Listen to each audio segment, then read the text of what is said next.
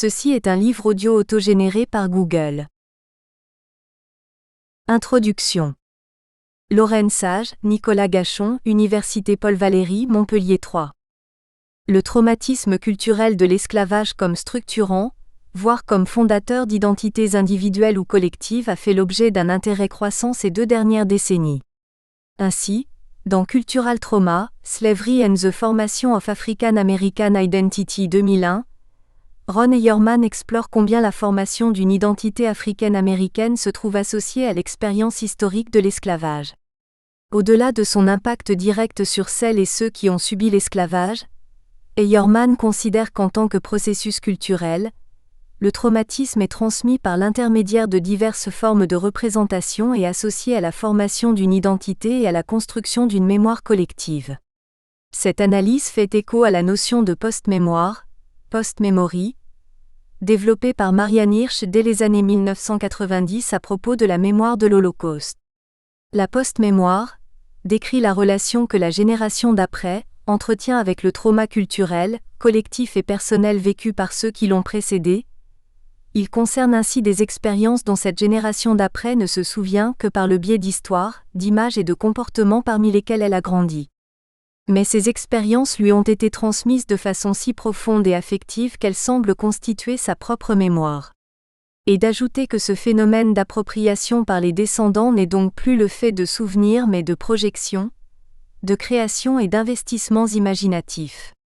C'est précisément le passage du souvenir à la mémoire de l'esclavage, de l'événement remémoré à la construction collective, qui fait l'objet d'une analyse approfondie par Christine Chivallon dans son ouvrage majeur de 2012 portant sur le contexte caribéen, l'esclavage, du souvenir à la mémoire. Contribution à une anthropologie de la Caraïbe. La notion d'une mémoire en mouvement a été au cœur de travaux théoriques récents. Citons par exemple ceux de Michael Rothberg, 2009, pour qui la mémoire se construit sur la base de focalisation multidirectionnelle et de synergie entre des événements apparemment déconnectés dans le temps et dans l'espace, multidirectional memory, ou de Max Silverman, 2013, qui conçoit la mémoire sous la forme d'un palimpseste, fruit de la condensation de traces spatio-temporelles différentes et parfois disparates, palimpsestic memory. Le présent ouvrage enrichit la littérature existante en ce qu'il interroge plus particulièrement la façon dont les descendants de populations asservies reconstruisent l'histoire de leurs ancêtres dès lors que l'esclavage pratiqué dans le cadre de la traite transatlantique figure parmi les paramètres des processus mémoriels. Il examine les fondements, les mécanismes et l'étendue de ces processus, explore une réalité de l'esclavage adossée à la mémoire humaine, à la construction de mémoire individuelle, collective ou familiale transmise de génération en génération. Les différentes contributions analysent la façon dont les acteurs sociaux du présent, par un processus de collectivisation de mémoire et d'histoire personnelle ou familiale, contribuent non seulement à générer et à consolider des identités de groupe mais également à favoriser l'émergence de la mémoire de l'esclavage dans l'espace public, parfois en développant une conscience identitaire militante de descendants d'esclaves. Les chapitres successifs évaluent les effets de redistribution culturelle, politique et symbolique que produisent les phénomènes de commémoration, de muséification et de patrimonialisation de la mémoire de l'esclavage. Ce faisant, ils analysent les contraintes que suppose l'insertion de cette histoire sensible, difficult history, dans l'espace public et montre à quel point la demande sociale, notamment dans le cadre de revendications de devoirs de mémoire, peut influencer la production de la connaissance historique et donner lieu à des conflits de mémoire. Le prisme est celui d'une réflexion sur les multiples modalités de mise en récit personnel ou public de la mémoire de l'esclavage et de la traite atlantique. À la suite d'Ira Berlin, il s'agit de mesurer si l'histoire et la mémoire interrogent la question de l'esclavage dans des langues différentes, selon les grammaires mémorielles décrites par Michel Yohan. Les textes ici rassemblés ont fait l'objet d'une communication lors du colloque « Traces et mémoires de l'esclavage dans l'espace atlantique » qui s'est tenu à l'Université Paul Valéry, Montpellier 3 les 1 demi-décembre 2016. Cette sélection réunit des intervenants issus de différents champs disciplinaires, ethnologues, anthropologues, historiens et civilisationnistes, pour interroger la fonction mémorielle sous l'angle des représentations. Christine Chivallon, CNRS, UMR Passage, s'intéresse en ouverture à la limite entre l'humain et le non-humain en contexte esclavagiste, limite dont l'essentialité sous-tend tout à la fois la douloureuse multiplication et démultiplication des processus mémoriels liés à l'esclavage et le travail mémoriel qui conduit à penser et à repenser les plaies du trauma. La réflexion se concentre ensuite sur les enjeux politiques de la mémoire de la traite et de l'esclavage. Elle porte notamment sur l'importance historique et stratégique des lieux de mémoire de l'esclavage et de la traite, leur charge à la fois symbolique et émotionnelle, de même que la fonction mémorielle qu'ils servent.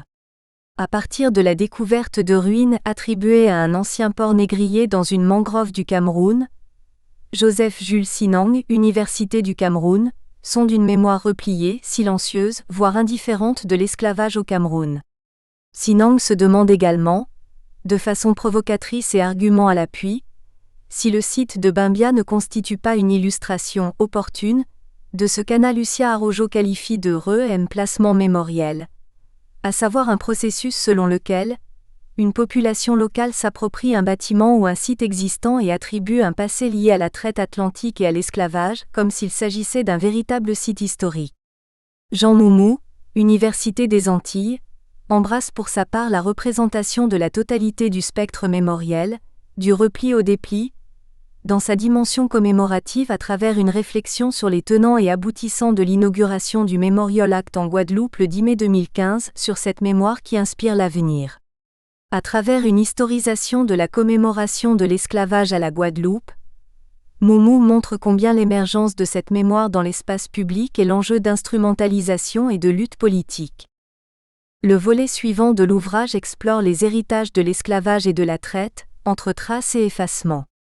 À partir d'entretiens et de rencontres, Adeline Darrigol, Université de Tours, étudie les liens entre l'esclavage et l'émergence d'un créole portugais sur l'île d'Annobon, ainsi que l'héritage linguistique et culturel qui en a découlé. Ces traces éparses et composites sont la matérialisation de l'histoire, résultant de la nécessité pour les esclavagisés de communiquer entre eux en créant une langue nouvelle, tout en conservant une part de leur identité linguistique. C'est précisément l'élucidation des raisons de l'absence de traces mémorielles et matérielles, de l'asservissement de la population amérindienne d'Haïti dans la mémoire collective et dans l'espace public haïtien, qui guide la réflexion de Joseph Jansoni et Corinne Hoffman, Université de l'Éden. Les auteurs démontrent combien les apports que permet l'archéologie sont susceptibles d'exhumer ce passé, et de pallier l'insuffisance de traces d'archives témoignant de la présence des Taïnos, premiers habitants et premières victimes de l'esclavage, et de leur expérience commune avec les Africains asservis. En abordant la question de l'amnésie collective des Afro-Mexicains par rapport à une histoire personnelle liée à l'esclavage, à son tour, Paul Mvengu, Université Omar Bongo, met en lumière un phénomène d'effacement ou de négociation mémorielle, très riche d'enseignements. Démêler les fils de construction mémorielle familiale ou collective nécessite de déconstruire les récits fondateurs, tenus pour vrais. Mvengu propose une grammaire mémorielle des origines du Mexique noir, à partir de récits de navires échoués. Enfin, le dernier volet est consacré aux mises en récit et expressions contemporaines de la traite et de l'esclavage. Gaetano Ciarcia, CNRS, offre un regard sensiblement différent sur la fonction commémorative, par le biais d'un témoignage réflexif sur la façon dont il a été amené à filmer les commémorations de la traite négrière dans le Bénin méridional pour son documentaire intitulé « Mémoire promise ».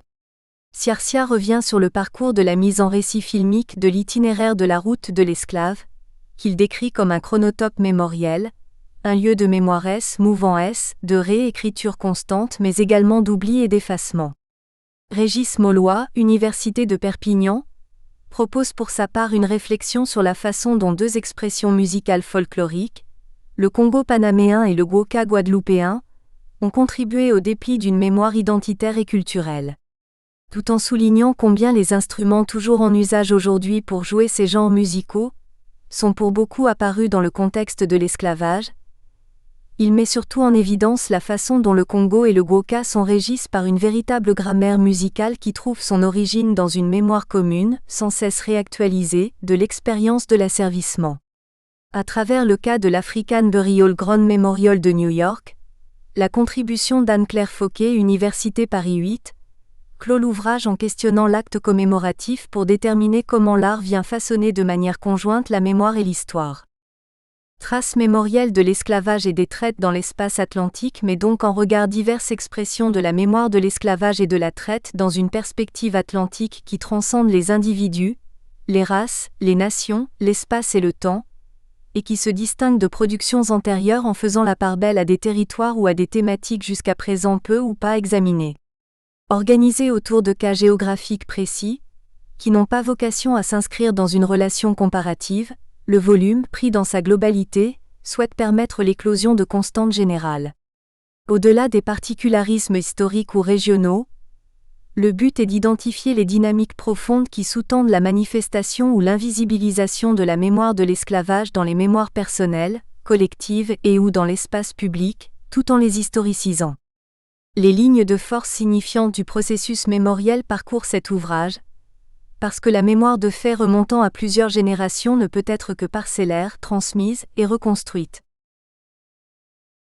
Chapitre 1 : Penser et repenser le trauma. Mémoire du corps animalisé en contexte colonial. Le faux débat de la modernité, de l'humain et du non-humain. Christine Chivalon, CNRS.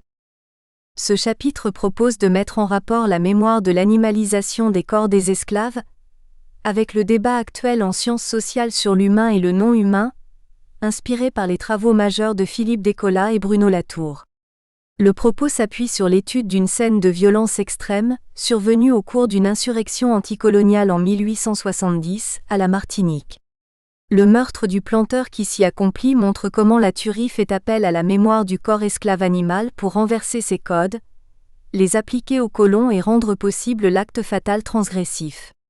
L'analyse de cette scène permet de discuter de manière critique les nouveaux paradigmes des sciences sociales, où la situation esclavagiste et coloniale est le plus souvent ignorée. Les processus d'animalisation de l'humain au sein de la modernité occidentale et coloniale bousculent pourtant sérieusement les conceptions développées à partir du couple humain-non humain. Le passage de la mémoire du corps animalisé au débat sur l'humain et le non-humain. Le contexte esclavagiste des Amériques questionne avec acuité la limite entre l'humain et le non-humain. Or peu de textes jusqu'à présent ont fait le lien entre ce questionnement et les débats très actuels en sciences sociales sur la remise en cause de la bipartition propre à la modernité occidentale entre le monde humain et l'environnement naturel, matériel ou vivant, conçu comme non-pensant. Partant de l'univers esclavagiste, ce chapitre souhaite montrer la porosité des limites assignées au monde animal et humain, limites mobilisées pour asseoir la légitimation d'un ordre moderne, profondément inégalitaire. À la suite de cette description, le propos voudrait discuter les questions que pose un usage si variable d'une limite pourtant prétendue rigide par les théoriciens qui la contestent et la font être l'attribut essentiel de la modernité. En l'état de cette recherche encore à ses débuts, ces questions sur lesquelles débouchera notre cheminement se résument à l'expression de réserves sérieuses quant à l'assertion forte du débat actuel selon laquelle la modernité, née avec la découverte du Nouveau Monde, se caractériserait par son dogmatisme quant aux limites entre l'humain et le non-humain. En effet, l'analyse de la construction fluctuante de cette limite au sein de la plantation esclavagiste remet en cause ce que l'on a pu désigner par le grand partage entre nature et culture sur lequel la modernité aurait construit son projet, cette opposition ayant servi de base aux épistémologies des sciences sociales aujourd'hui rejetées, incluant les courants les plus récents comme le constructivisme qui ne serait que la démonstration d'une conception où le monde naturel attendrait l'intention de la représentation pour prendre sens. Pour développer cet argument, j'utiliserai les éléments d'une étude déjà exposée plus longuement par ailleurs relatif à une scène particulière où ce sont précisément ceux animalisés qui mettent à jour les univers de sens du colon. Il s'agit d'un moment de violence extrême, où le colonisé s'approprie les codes du colon pour les retourner contre lui et lui appliquer ses propres répertoires de la frontière de la bestialité. Ce texte propose néanmoins un écart par rapport à la thématique générale de cet ouvrage sur les traces et mémoires de l'esclavage dans l'espace atlantique, écart qui consiste à se saisir de la problématique mémorielle pour en prolonger les enseignements qu'elle livre. Si l'analyse de ce moment cathartique suggère les souvenirs enfouis d'une mémoire traumatique, celle des corps d'esclaves animalisés, Elle contribue aussi, par-delà cet espace singulier de l'expérience plantationnaire, à revoir des interprétations théoriques dominantes où l'esclavage et la colonisation trouvent peu de place. C'est pourtant à partir de ces derniers que le remaniement du champ conceptuel auquel on assiste trouverait matière à examiner ses pertinences, à pousser au plus loin ses paradigmes. Certes convoqués par les études postcoloniales avec l'autorité que celles-ci ont acquise, l'esclavage transatlantique reste cependant encore trop ignoré des constructions théoriques les plus sophistiquées qui articulent aujourd'hui les modèles inspirés par la puissante nébuleuse latourienne, celle où l'hybridité proclamée entre humains et non-humains peut faire parfois penser à la venue d'une théorie miraculeuse, annonciatrice d'un monde meilleur. L'esclavage, les corps animalisés, l'humain déshumanisé comme l'animal humanisé, s'adresse à cette hybridité pour en définir d'autres contours où l'exercice du pouvoir apparaît de manière crue, indiquant l'impossibilité d'échapper au système humain, de représentation. Ici ceux qui mobilisent de manière variable la limite de l'humanité et trahissent par là même et par d'autres voies le prétendu partage de la modernité. La scène qui sert d'éclairage à notre propos prend place à la Martinique en 1870 au cours d'une insurrection d'anciens esclaves devenus cultivateurs et ouvriers agricoles. Les conditions de vie de ces nouveaux libres sont restées quasi inchangées depuis les 22 années qui les séparent de l'abolition de l'esclavage, 1848. On ne retiendra ici que l'événement au cours duquel un planteur blanc, un béquet, est assassiné collectivement de manière quasi rituelle. Il n'est pas nécessaire de développer plus en avant les éléments contextuels de cette révolte, laquelle trouve sa raison principale dans le clivage racial qui alimente toujours les profondes inégalités sociales. De la proclamation de la Troisième République dans l'île, 1870, il est attendu qu'elle réalise l'espoir d'un changement. Mais les autorités coloniales et la plantocratie appellent au respect de l'ordre, du régime du travail et celui de la propriété tels qu'ils sont et tels qu'ils doivent rester. Le planteur du nom de Caudet, ouvertement conservateur, impliqué dans des affaires successives préjudiciables aux Noirs, favorable au rétablissement de l'esclavage, polarise les affects qui se nouent autour de ce moment de perturbation intense des régulations fragiles de la société post-esclavagiste. Une scène de violence en contexte post-esclavagiste, et les registres incorporés d'une mémoire de l'animalisation. Les éléments concernant la scène que l'on s'apprête à aborder ont été retenus pour montrer comment l'acte fatal de transgression qu'est l'assassinat de l'ancien maître ne devient possible qu'en recourant aux représentations au travers desquelles s'est construite une vision particulière de l'humain et du non-humain en contexte esclavagiste. Les matériaux proviennent de différentes sources, principalement les actes du procès des insurgés qui s'est déroulé en 1871 à Fort-de-France et les témoignages des descendants des protagonistes de cette scène. La cruauté de la mise à mort du planteur Caudet est telle qu'elle continue de marquer les esprits des descendants des insurgés, qui, à l'intérieur des frontières d'un nouvel espace moral, assemblent aujourd'hui difficilement les figures de leurs aïeux avec cet acte de tuerie. Il faut préciser que les membres du tribunal militaire de l'époque ont utilisé ce meurtre comme moyen de transfigurer la révolte en affaire criminelle, faisant du même coup disparaître l'insurrection de la chronologie officielle de l'histoire martiniquaise. Celle-ci ne restera dans les mémoires locales que sous le nom d'affaire Caudet. Une affaire démontrant la barbarie et la monstruosité de sauvages sanguinaires, fardeau que vont porter les générations successives liées aux insurgés et stigmatisés jusqu'à récemment encore comme des fils d'assassins. La mort du planteur, à la suite des représentations produites au moment du procès, s'édifie en effet en nœud traumatique à partir duquel les agencements de mémoire devront s'opérer. On ne retiendra cependant pas ici cette dimension de la transmission intergénérationnelle du souvenir de l'insurrection, pour se concentrer seulement sur la résonance du déroulement de la scène, avec la condition de l'esclave en tant que moment de fixation d'une mémoire plus ancienne transitant par le corps violenté. En effet, le meurtre de Caudet met en relief l'opposition de l'animalité et de la civilisation dans une perspective qui n'est plus seulement celle produite par les autorités au moment du procès, mais celle qui atteste des résolutions symboliques opérées depuis l'univers des esclaves et de leurs descendants. Le rapport médico-légal dressé après la mort de Caudet décrit méticuleusement le nombre de blessures, leur localisation, leur taille et leur profondeur et conclut que les plaies sont au nombre de 43 dont 8 mortelles, et que les diverses sections ont dû être faites soit avec un coutelas, soit avec une hache, et dans tous les cas avec un instrument à forte lame et avec la coopération de 3 ou 4 assassins au moins. Les quelques informations contenues dans ce rapport étayent les propos tenus tout au long du procès selon lesquels le corps aurait été mutilé et supplicié. La tête est presque complètement séparée du corps. Il existe une marque qui doit être le résultat de l'application d'un corps-chaud. Cependant, le médecin ayant estimé que les causes de la mort ne faisaient aucun doute, a jugé inutile de faire l'autopsie du corps, et ne livre pas plus de détails que ceux concernant les plaies résultant des coups tranchants. On ne saura donc pas à travers ce rapport si l'émasculation a vraiment été pratiquée, acte qui, plus que la mort du planteur elle-même, reste le leitmotiv des récits délivrés aujourd'hui puisqu'aucun témoignage recueilli n'omet de dire que les insurgés auraient coupé le sexe de Caudet. La polarisation du rapport médical sur des aspects quasi techniques qui contrastent avec le discours fortement émotionnel relatif à la barbarie, pourrait indiquer la pudeur qui s'instaure comme code moral au cours du XIXe siècle en France. Elle dépouille la violence de tout cadre rituel pour la rendre acte absolu de barbarie ou, comme le dit Alain Corbin, privé de ses références au sacré, le massacre n'est plus que le point extrême du scandale de l'âme sensible.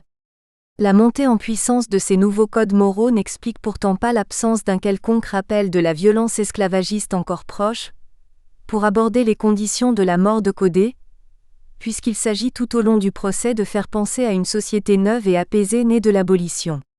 Pourtant l'accomplissement du meurtre ne semble se comprendre qu'à travers la codification propre à l'esclavage et à ses pratiques tyranniques. Les 2 jours qui précèdent la tuerie, comme le crime lui-même, sont l'occasion de ramener la figure du planteur à un état d'animalité. Il est d'abord contraint à errer, à se cacher dans les halliers aux confins des plantations. On le retrouve presque nu, seulement couvert d'un pantalon ensanglanté. Y compris ceux qui protègent le planteur et son épouse participent à cette dégradation. On porte à manger à Madame Caudet, dans les champs de caféiers où elle est cachée en couvrant les aliments sous des ordures afin de faire croire qu'il s'agit de nourriture destinée aux cochons. La déchéance que se prête tout particulièrement à incarner le cochon, au travers de la nourriture ingurgitée ou de la tanière sordide où est caché le planteur, appartient aux souvenirs les plus vifs et les plus récurrents que restituent les témoignages d'aujourd'hui. Ils établissent comme un lien entre la transformation animale et l'acte fatal qui lui succède. Il y a quelqu'un qui avait pitié de lui, qui lui portait à manger comme des cochons. Il y avait tellement de personnes qui le cherchaient. Il était au bas du bois. Je crois que le monsieur venait lui porter, le manger cochon dans un bol. Denise, descendante de l'insurgé Vincent Rosine 2004. Ou encore. On l'avait trouvé caché dans un parc à cochons, relativement loin de la maison, on l'a ramené, on l'a exécuté. Liliane, descendante de l'insurgé Eugène Lacaille 2004. Dans les descriptions livrées par les actes du procès, on entrevoit qu'il faut que le béquet ne soit plus l'homme blanc mais une bête. On convient d'aller à la chasse de Caudet. Une fois le planteur découvert, on lui extirpe violemment ses bottes pour confirmer cet état bestial, le fait d'avoir à se déplacer pieds nus s'avérant pourvu d'une forte connotation avilissante. Louis-Gertrude a retiré alors de la poche de son pantalon son canif, a fendu les bottes de monsieur Caudet en lui disant « Tu marcheras pieds nus, sacré misérable, sacré cochon ».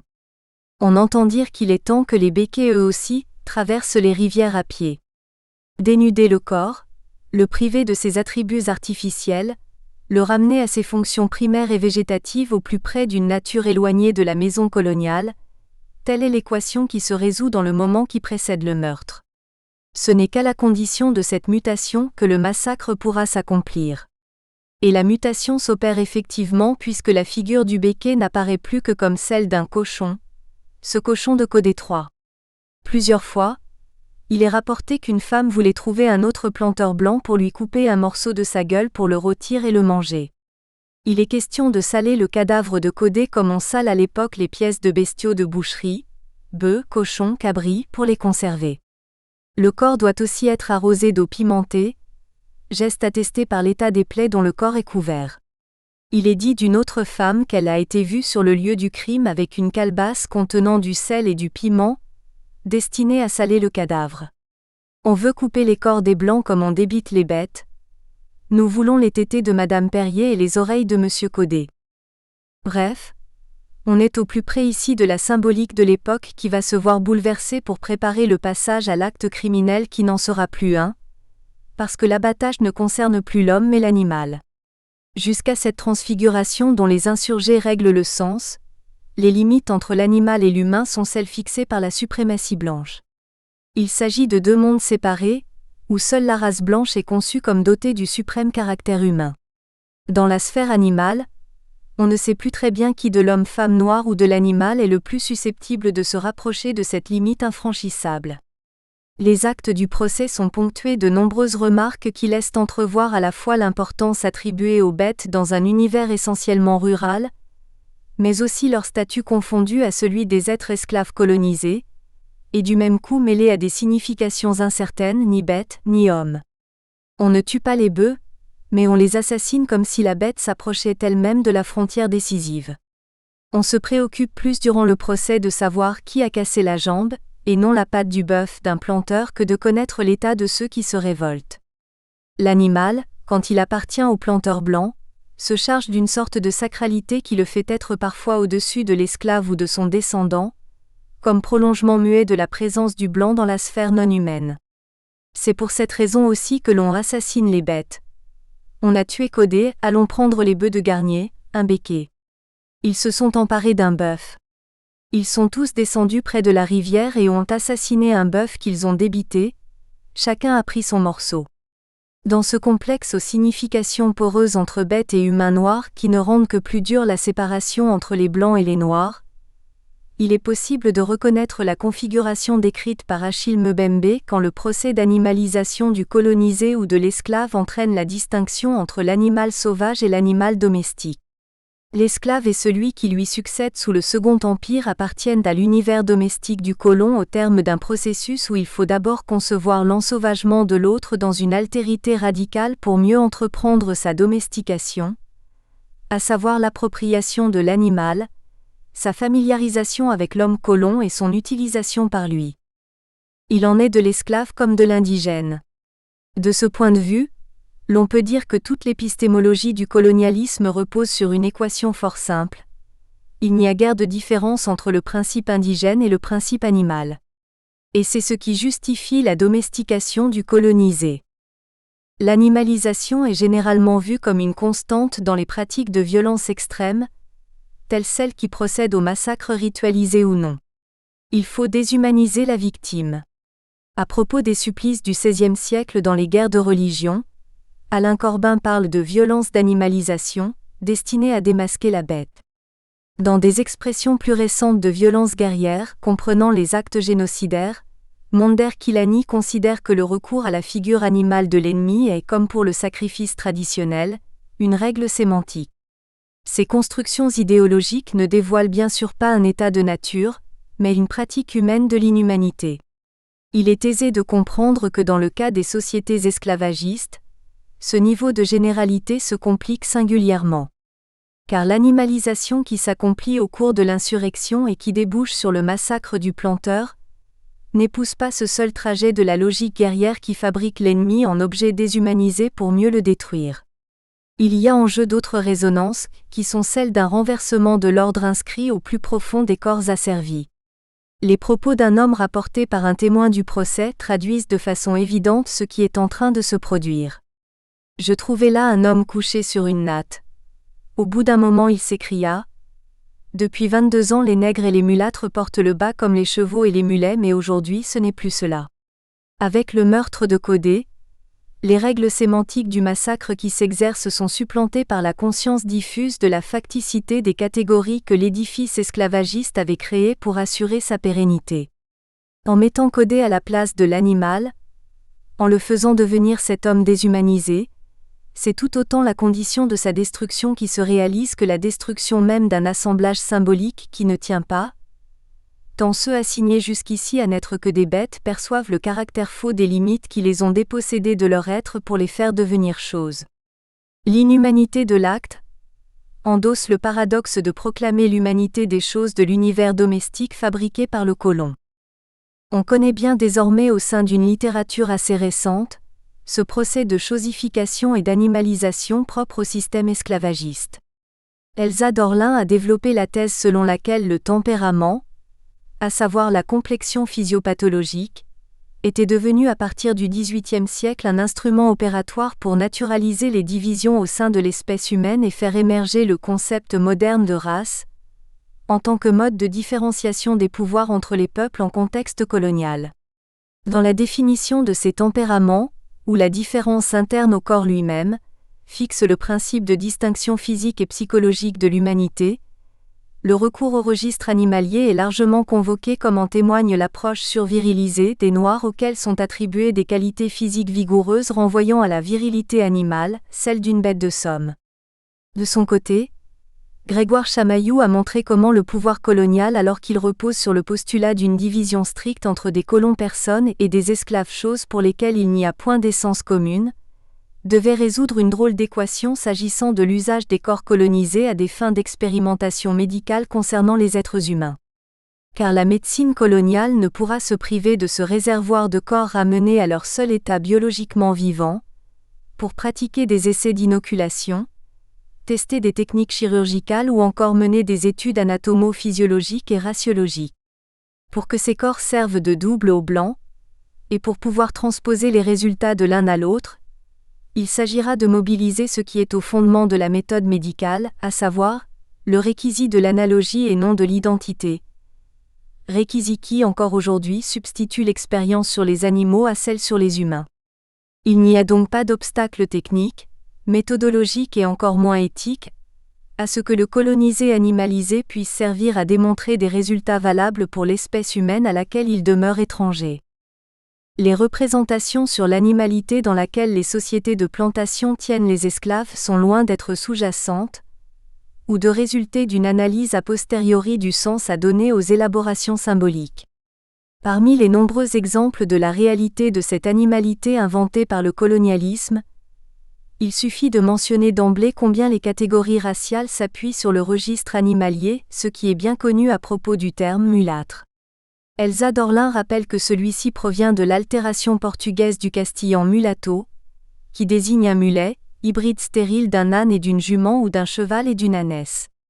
Dans les années 1660, aux Antilles, le père du tertre parlant du crime, que représentaient à ses yeux les enfants engendrés d'un blanc et d'une noire, justifiait le recours au terme mulâtre, car il s'agissait bien, comme pour le mulet, d'y voir le produit de deux animaux de différentes espèces, l'humanité du blanc ne pouvant d'ailleurs plus être de mise dans la définition d'une telle engeance. Parmi d'autres exemples de cette taxinomie inspirée du bestiaire colonial, citons encore le chabin, qui aux Antilles françaises désigne une personne à la peau blanche et aux cheveux crépus, terme qui se rapportait à l'origine au croisement entre un bouc et une brebis. Ces identifications improbables où l'animal le dispute à l'humain, sont tellement ancrées qu'elles peuvent ressurgir encore aujourd'hui de manière inattendue.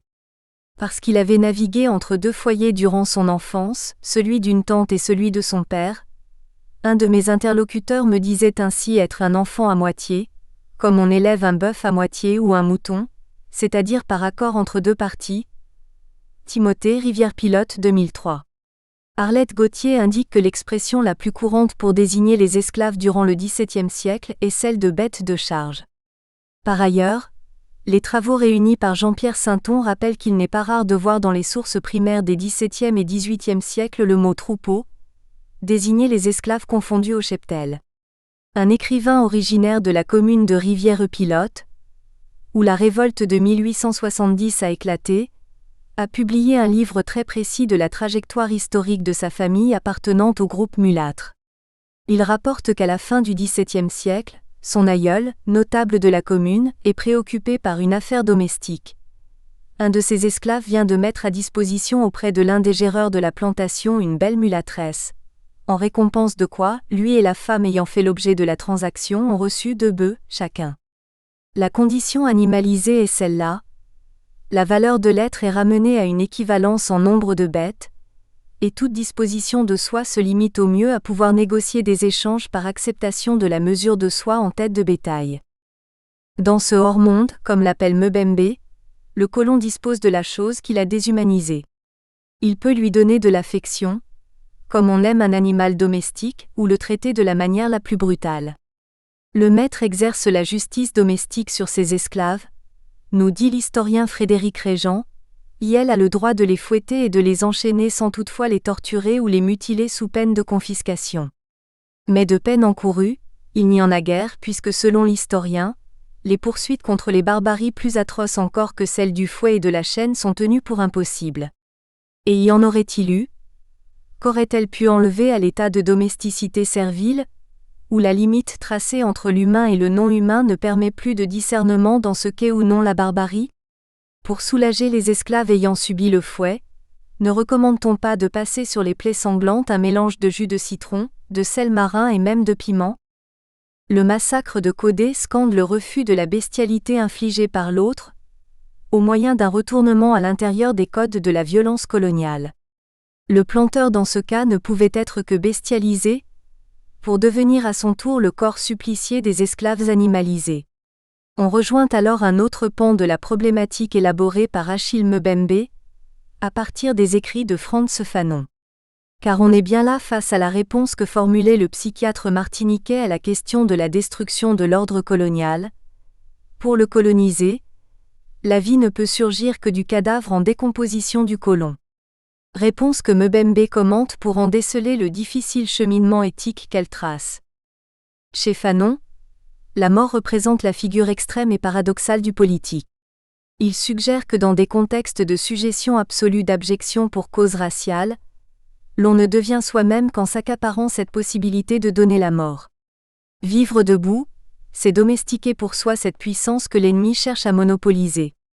Définir une politique de la vie si étroitement dépendante de l'acte de donner la mort à l'ennemi, et du signe qu'est la pourriture, ne va pas sans poser des problèmes. Certains sont quasiment insolubles. La scène de la mort de Caudet est une anticipation de la théorie fanonienne, ou plutôt sa traduction empirique, au cours de ce bref espace-temps qui la contient. L'animalisation comme la tuerie montre l'accaparation de cette puissance de la domestication monopolisée par le planteur.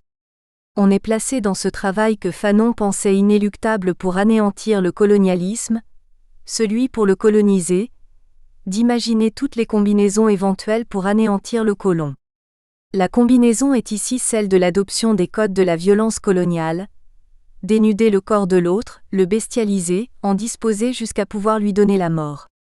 C'est la logique selon laquelle le manichéisme du colon produit un manichéisme du colonisé, et qui fait qu'à la théorie de l'indigène mal absolu, répond la théorie du colon mal absolu. L'interprétation de Frantz Fanon apparaît également dans la voie paradoxale que les insurgés. Nous espérons que vous avez apprécié cet aperçu. Pour continuer à écouter ce livre audio sur Google Play Livres, utilisez le lien dans la description de la vidéo.